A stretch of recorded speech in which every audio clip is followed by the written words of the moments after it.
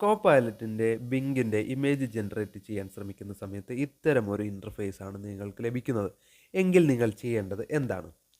ആദ്യം നമുക്ക് Microsoft account ഉപയോഗിച്ച് ഇതിലേക്ക് ലോഗിൻ ചെയ്യേണ്ടതുണ്ട്.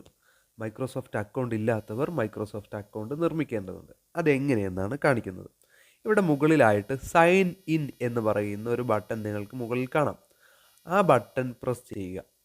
അത് പ്രസ് ചെയ്യുന്ന സമയത്ത് ഇത്തരം ഒരു ഇൻ്റർഫേസ് ആണ് നിങ്ങൾക്ക് ലഭിക്കുക. അപ്പോൾ ഇവിടെ Microsoft account, work or school account എന്നിങ്ങനെ രണ്ട് ഭാഗങ്ങൾ കാണിക്കുക. ഇതിലേതെങ്കിലും ഒന്ന് ഞാൻ പ്രിഫർ ചെയ്യുന്നത് മൈക്രോസോഫ്റ്റ് അക്കൗണ്ട് എന്ന ഭാഗം ക്ലിക്ക് ചെയ്യാൻ, സൈൻ ഇൻ എന്ന് പറയുന്ന ഭാഗത്തെ ക്ലിക്ക് ചെയ്യാൻ ശ്രമിക്കുക. അപ്പോൾ ഞാൻ നേരത്തെ ഓൾറെഡി സൈൻ ഇൻ ചെയ്ത് വെച്ചതുകൊണ്ട് എൻ്റെ മെയിൽ ഐ ഡി ഇവിടെ കാണിക്കുന്നുണ്ട്. അതല്ല, നിങ്ങൾക്ക് പുതിയ അക്കൗണ്ട് ക്രിയേറ്റ് ചെയ്യണം, അല്ലെങ്കിൽ നിലവിൽ അങ്ങനെ ഒരു അക്കൗണ്ട് ഇല്ല എന്ന് കരുതുക. Sign in with another account എന്നത് ക്ലിക്ക് ചെയ്യുക. Sign in with another account, ഞാൻ ഒരു പുതിയ മെയിൽ ഐ ഡി ഇവിടെ ടൈപ്പ് ചെയ്ത് ചേർക്കുകയാണ്. ഈ മെയിൽ ഐ ഡി വെച്ചിട്ട് ഞാൻ ഇത് സൈൻ ഇൻ എന്നാണ് ഇവിടെ എഴുതിയിരിക്കുന്നത്, സൈൻ ഇൻ ചെയ്യാൻ വേണ്ടി ശ്രമിക്കുകയാണ്. നെക്സ്റ്റ് എന്നത് പ്രസ് ചെയ്യണം.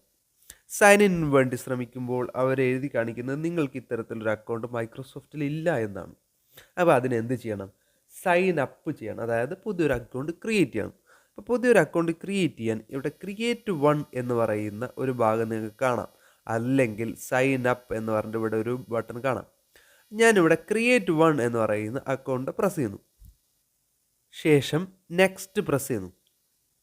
നിങ്ങൾക്ക് ഒരു പാസ്വേഡ് ക്രിയേറ്റ് ചെയ്യേണ്ടതുണ്ട്. അതിനകത്ത് നമ്പറുകൾ ഉണ്ടായിരിക്കണം, ആൽഫബറ്റ്സ് ഉണ്ടായിരിക്കണം, ക്യാപിറ്റലും സ്മോളും ഉണ്ടായിരിക്കണം, ഒരു ചിഹ്നങ്ങൾ ഉണ്ടായിരിക്കണം. നമ്മുടെ ഹാഷ്, അറ്റ്, ഡോട്ട് അത്തരത്തിലുള്ള ചിഹ്നങ്ങൾ കൂടെ ഉൾപ്പെടുത്തിയിരിക്കുന്ന ഒരു പാസ്വേഡ് ആയിരിക്കണം നിങ്ങൾ ക്രിയേറ്റ് ചെയ്യേണ്ടത്. നമ്മൾ പാസ്വേഡ് ക്രിയേറ്റ് ചെയ്തതിന് ശേഷം നെക്സ്റ്റ് പ്രസ് ചെയ്യുന്നു. ഇവിടെ ഫില്ല് ചെയ്തതിന് ശേഷം നെക്സ്റ്റ് പ്രസ് ചെയ്യുന്നു. ഡേറ്റ് ഓഫ് ബർത്ത് ഏറ്റവും പ്രധാനപ്പെട്ട ഭാഗമാണ്. നിങ്ങൾക്ക് 18 വയസ്സ് കഴിഞ്ഞാൽ മാത്രമേ ബിങ് ഉപയോഗിക്കാൻ കഴിയുള്ളൂ, ബിങ്ങിൻ്റെ ജനറേറ്റ് ചെയ്യാൻ കഴിയുള്ളൂ. അതുകൊണ്ട് തന്നെ ഡേറ്റ് ഓഫ് ബർത്ത് നിങ്ങൾക്ക് കൃത്യമായ രീതിയിൽ കൊടുക്കാൻ വേണ്ടി ശ്രമിക്കുക. ഡേറ്റ് ഓഫ് ബർത്ത് കൊടുത്തതിന് ശേഷം നെക്സ്റ്റ് പ്രസ് ചെയ്തു. വെരിഫൈ ഇമെയിൽ, നിങ്ങളുടെ മെയിൽ ഐ ഡിയിലേക്ക് ഒരു OTP നമ്പർ വന്നിട്ടുണ്ടാകും. ആ OTP നമ്പർ ഇവിടെ ചേർക്കേണ്ടതുണ്ട്. നമ്മൾ ആ OTP നമ്പർ ചേർത്തതിന് ശേഷം നെക്സ്റ്റ് പ്രസ് ചെയ്തു. ക്രിയേറ്റ് അക്കൗണ്ട് എന്ന ഭാഗം ക്ലിക്ക് ചെയ്ത സമയത്ത് നിങ്ങളുടെ അടുത്ത് ഒരു പസിൽ ഓൺ ആയിട്ട് വരുന്നത് കാണാം. അപ്പോൾ നെക്സ്റ്റ് എന്നത് പ്രസ് ചെയ്യുന്നു. അപ്പോൾ ഇവിടെ ഒരു ദിശയിലേക്ക് കൈ ചൂണ്ടിയതായിട്ട് കാണിക്കുന്നുണ്ടാകും.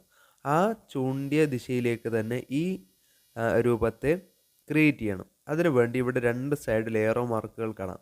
ആ ഏറോ മാർക്കുകൾ പ്രസ് ചെയ്ത് ആ ദിശയിലേക്ക് കമ്പ്യൂട്ടറിൻ്റെ സ്ക്രീൻ, ഇപ്പോൾ ഈ കമ്പ്യൂട്ടറിൻ്റെ സ്ക്രീൻ ഈ ദിശയിലേക്ക് തന്നെ ചൂണ്ടുന്ന രീതിയിൽ ഞാൻ സെറ്റ് ചെയ്തു. എന്നിട്ട് സബ്മിറ്റ് കൊടുത്തു.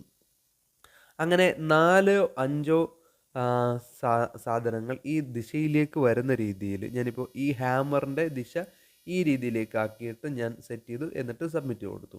കാര്യങ്ങൾ തെറ്റിപ്പോയതിനാൽ കൃത്യമായില്ല. അതുകൊണ്ട് വീണ്ടും ശ്രമിക്കാൻ വേണ്ടി ആവശ്യപ്പെട്ടു. ട്രൈ അഗെയിൻ കൊടുത്തു. വെരിഫിക്കേഷൻ കംപ്ലീറ്റ് ചെയ്തിരിക്കുന്നു.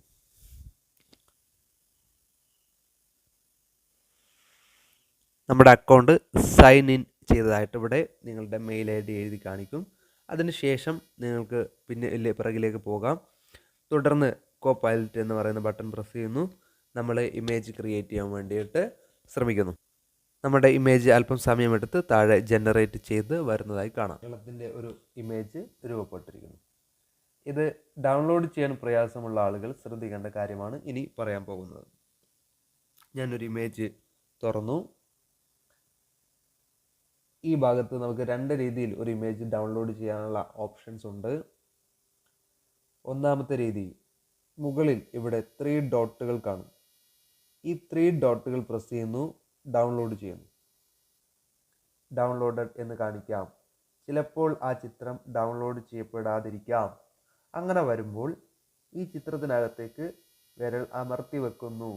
അപ്പോൾ ഡൗൺലോഡ് ഇമേജ് എന്നത് വീണ്ടും കാണിക്കാം. അതിലേക്ക് പ്രസ് ചെയ്യുന്നു. ഡൗൺലോഡ് ദിസ് ഫയൽ എന്നത് ചോദിക്കുന്ന സമയത്ത് അത് വീണ്ടും ഓക്കെ കൊടുക്കുന്നു. അപ്പോൾ അത് ഡൗൺലോഡ് ചെയ്തതായിട്ട് കാണാം. നിങ്ങളുടെ ഗാലറിക്കകത്തേക്ക് മുകളിൽ നോട്ടിഫിക്കേഷനായി ഇവിടെ ഡൗൺലോഡ് ഇമേജ് ആയിട്ട് കാണാം. നിങ്ങളുടെ ഗാലറിക്കകത്ത് പോയി കഴിഞ്ഞാൽ അത് അവിടെ എന്തായാലും ഉണ്ടാകും. എനിക്ക് ഈ ഇമേജ് ഡൗൺലോഡ് ചെയ്ത് കഴിഞ്ഞു.